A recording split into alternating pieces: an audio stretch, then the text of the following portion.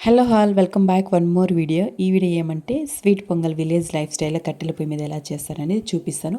కావాల్సిన ingredients rice, పెసరపప్పు, బెల్లం, కాజు, ద్రాక్ష, యాలక బుడ్డలు. పెసరపప్పు ముందుగా నేను నీట్గా వాష్ చేస్తున్నాను. 2-3 సార్లు వాష్ చేస్తే క్లీన్ అవుతాయి. నేను పొయ్యి మంటేసి పెట్టుకున్నా కాబట్టి పాత్ర పెట్టి అందులో పెసరపప్పు వేసి పెట్టాను. కొద్దిగా వాటర్ వేసాను. మనం మెజర్మెంట్ ప్రకారం అది తీసుకోవచ్చు. నేను పెసరపప్పు దీంట్లో కాలభాగం తీసుకున్న బాక్స్తో రైస్ అనేది 1 బాక్స్ తీసుకున్నాం అనుకుంటున్నా. సో 2.5 వేసుకుంటున్నా. కన్సిస్టెన్సీని బట్టి వాటర్ అనేది వేసుకోవచ్చండి. ఇప్పుడు కొంతమంది లూజ్గా కావాలనుకుంటారు, కొంతమంది తిక్కుగా నార్మల్ రైస్ లాగా ఉండాలనుకుంటారు. నేను నార్మల్ రైస్ లాగా కొంచెం లూజ్గా చేస్తున్నాను అంతే. సో దానికి బట్టి నేను వాటర్ అనేది వేసుకుంటున్నా.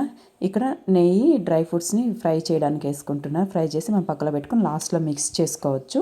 నెయ్యి నేను అప్పుడే చెప్పడం మర్చిపోయి ఇప్పుడు చూపిస్తాను. ఇప్పుడు వేస్తున్నాను చూడండి. డ్రై ఫ్రూట్స్ చాలా బాగా ఫ్రై అయిపోయినాయి. అవి సైడ్లో పెట్టేసి రైస్ తీసుకుంటున్నాయి. ఈ బాక్స్తో 1 బాక్స్ రైస్ తీసుకుంటున్నా. సో నేను అప్పుడే ఆల్రెడీ వాటర్ వేసాను కదా, టూ బాక్సెస్ వాటర్, 2.5 వేసా ఇంక్లూడింగ్ పెసరపప్పు కలిపి. పెసరపప్పు ఉడికే కొనికి థిక్నెస్ అనేది వస్తుంది కాబట్టి కొంచెం వాటర్ ఎక్కువ వేసుకుంటే బాగుంటుందండి నా ఒపీనియన్. మీకు నచ్చిన స్టైల్లో కూడా మీరు చేసుకోవచ్చు.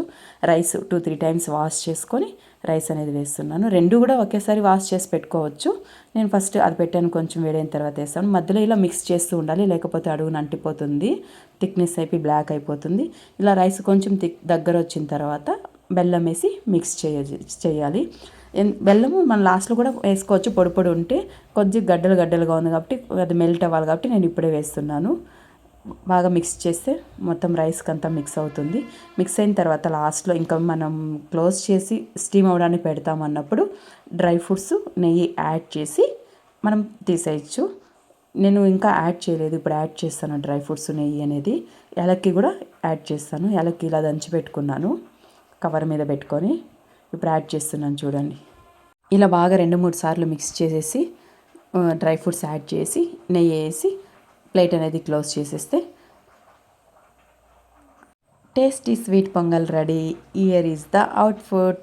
మీకు వీడియో నచ్చినట్లయితే లైక్ చేసి, షేర్ చేసి, సబ్స్క్రైబ్ చేసి మా ఛానల్కి సపోర్ట్